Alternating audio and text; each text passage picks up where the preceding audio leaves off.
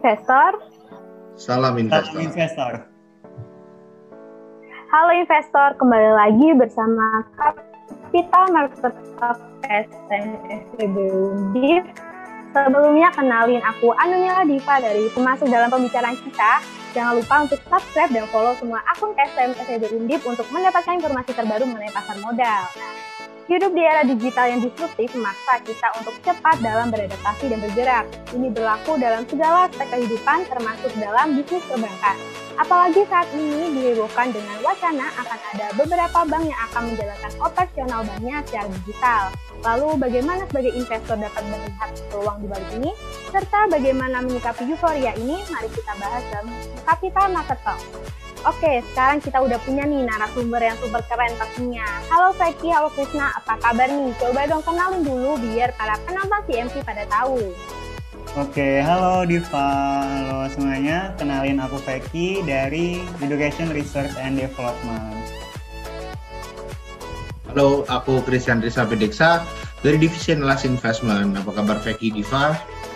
Halo, baik. Diva, apa kabar? Baik juga nih, alhamdulillah.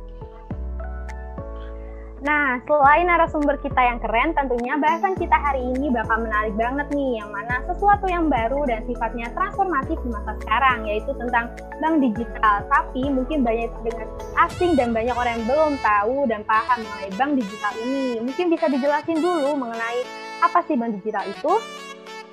Oke, pada dasarnya itu gini, bank digital adalah bank yang dalam segala pelayanannya itu menggunakan fully digital.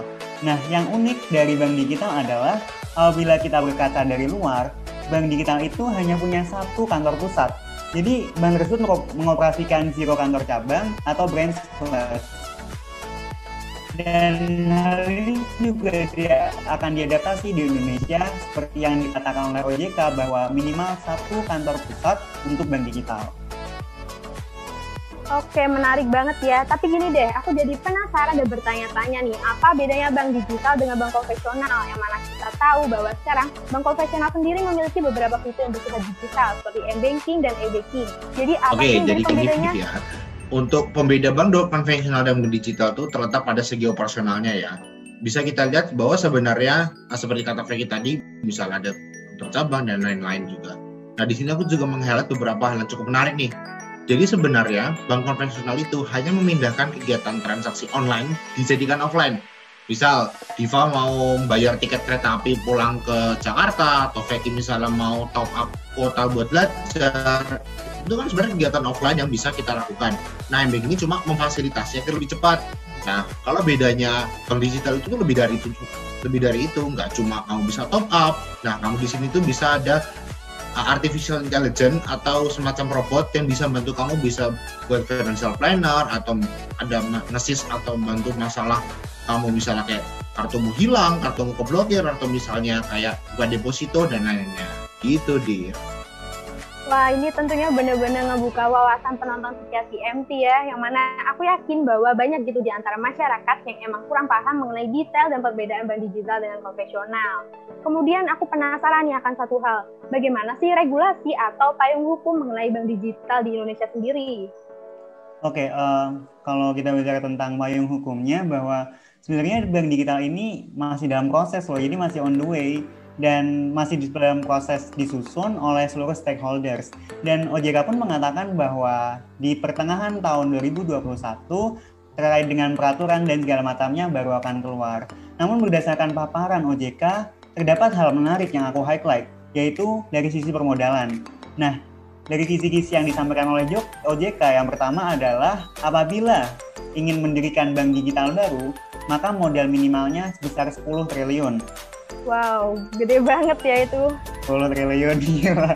Terus yang kedua itu untuk bank existing yang dikonversi menjadi bank digital, itu modal minimalnya lebih kecil, yaitu 3 triliun.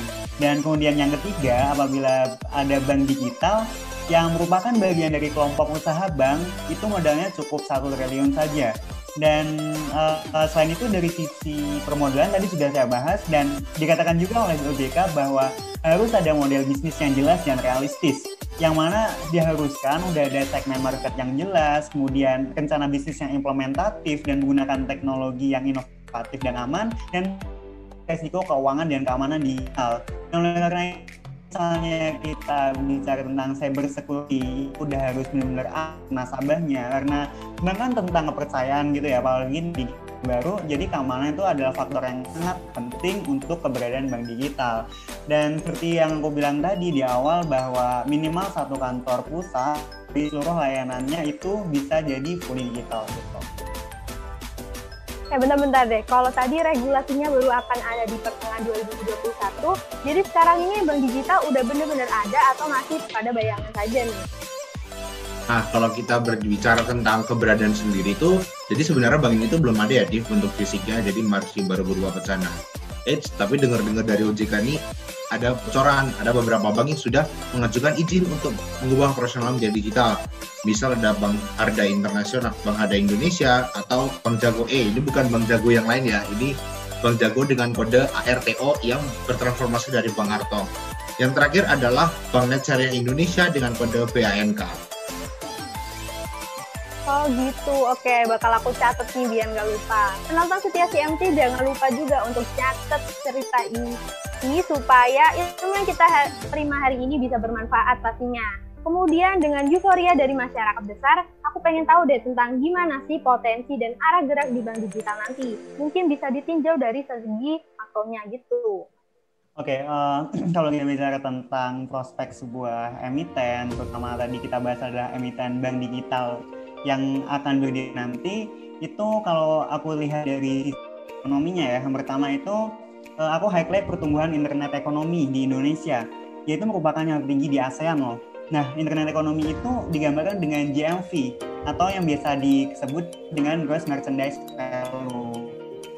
Interaksi yang dilakukan oleh masyarakat di merchant digital, contohnya misalnya kita mau beli tiket, itu kita beli tiket secara online, itu termasuk dari GMV tadi. Yang kedua yang mau highlight juga adalah tentang net penetration di Indonesia itu terus meningkat dari tahun ke tahun. Yang dari tahun 2011 yang aku catat adalah mencapai angka 48%.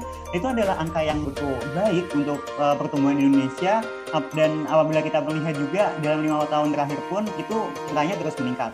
Dan yang ketiga, kita melihat dari sisi UMKM-nya, bahwa UMKM itu menyumbang 62% dari total PDB.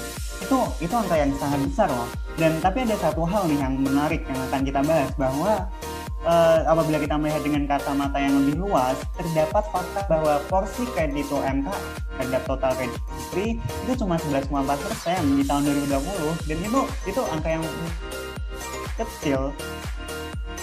Dan makanya dari itu kita bisa melihat sebuah potensi di mana penyaluran kredit yang tinggi apabila digital itu menargetkan di sisi UMKM ini. Dan kemudian dari total 60 juta UMKM di Indonesia, hanya 30% yang sudah mendapatkan fasilitas perbankan. Bayangkan dari sekian banyak itu tadi, cuma 30% yang sudah mendapatkan fasilitasnya. Padahal pertumbuhan penggunaan smartphone itu cukup cepat loh, yaitu sekitar 30-50% per tahun. Dan didukung juga kemudian dari data Kemenkominfo bahwa internet 4G di Indonesia itu sudah mencakup 82% dari total wilayah di Indonesia. Jadi menurutku dari sisi makroekonomi ini menurutku baik gitu. Nah, tadi kita udah mengulas beberapa hal tadi, dan ini ada hal yang potensial. Dan kemudian menindaklanjuti pertanyaan dari Diva yang kedua tadi tentang strategi ya, lebih ke langkah-langkahnya gitu. Kalau dari aku pribadi, langkah ideal seorang bank digital apabila ingin memasuki hal yang baru, itu kuncinya adalah menurutku membangun sebuah ekosistem. Nah, di sini aku melihat dari emiten yang udah mendeklarasikan diri akan menjadi sebuah bank digital, yaitu Bank Jago dengan kode emiten Arto. Baru-baru ini Gojek mengakuisisi Bank Arto dengan mencaplok saham sebesar 22% dari saham Bank Jago. Dan hal ini tuh menurutku adalah sebuah kunci yaitu dengan bekerja sama. Dengan adanya Gojek ini, Bank Jago memiliki sebuah ekosistem finansial, yaitu tentang customer Gojeknya. dan dari sini kemungkinan akan bisa disinergikan gitu antara Bank Jago dengan Gojek, yang mungkin dari customer Gojek akan ada sinergi khusus dari Bank Jago, entah itu mendapat fitur-fiturnya atau seperti apa akan kita lihat nanti ke depannya. Dan apabila juga nanti misalnya Gojek dan Tokopedia yang rumornya akan merger itu adalah akan menjadi hal yang kenyataan, ini akan menjadi prospek tambahan untuk Bang Arto. Jadi untuk prospek dan langkah-langkahnya itu seperti yang udah aku sebutin tadi. Oke, berarti sangat potensial dan berpengaruh bangetnya. Nah terus dampak dari adanya sentimen ini ke emiten terkait itu apa aja sih? Kan pastinya bakal berpengaruh besar tuh. Nah, bener banget sih. Ini tuh yang paling kerasa itu biasanya di emiten yang berpengaruh atau misalnya punya hubungan langsung dengan berita ini. Misalnya salah satunya adalah, salah dua sih, aku ngambil antara Bang Arto sama Bank Harga Indonesia yang kode BBHI dan ARTO. Nah, kode Bank Jago ini dengan kode ARTO sudah naik sebesar 174,31% dengan harga tertinggi itu 11,375 rupiah per lembar saham. Nah, disusul oleh Bank Harga ini kan cukup fantastis ya, sekitar 633,87% dalam 3 bulan terakhir dan menyentuh harga tertinggi sebesar 2.410 per lembar saham. Tentu seneng banget dong, siapa yang nggak senang mau untuk nambah ratusan persen. Nah, di sisi itu, yang membuat kita bangga adalah nilai transaksi ini dan volume transaksi yang besar ini didorong oleh para investor lokal Indonesia. Nah, berapa sih nilai yang ditransaksiin tuh? Nah, kalau untuk misalnya Bank Harga itu sebesar 3,8 miliar dan untuk Bank Jago itu sebesar 3,0 miliar. Nah, tentu gede banget dong nilainya, 3,M ya. Nah, tapi di balik kesenangan itu kita sebagai investor harus tetap hati-hati ya. Jangan sampai karena misalnya kita lihat kenaikan yang fantastis kita tidak melakukan analisis dan mengabaikan hal-hal yang penting, misalnya seperti melihat berita atau melihat indikator-indikator. Nah, dan nanti pada akhirnya teman-teman pada terjebak pada keputusan yang salah. Nah, dan itu dapat menyebabkan kerugian yang mendalam buat teman-teman. Jadi aku pesan, senang boleh tapi harus tetap melihat kembali beberapa komponen penting sebelum teman-teman mengambil keputusan. Gitu dari aku, Dev.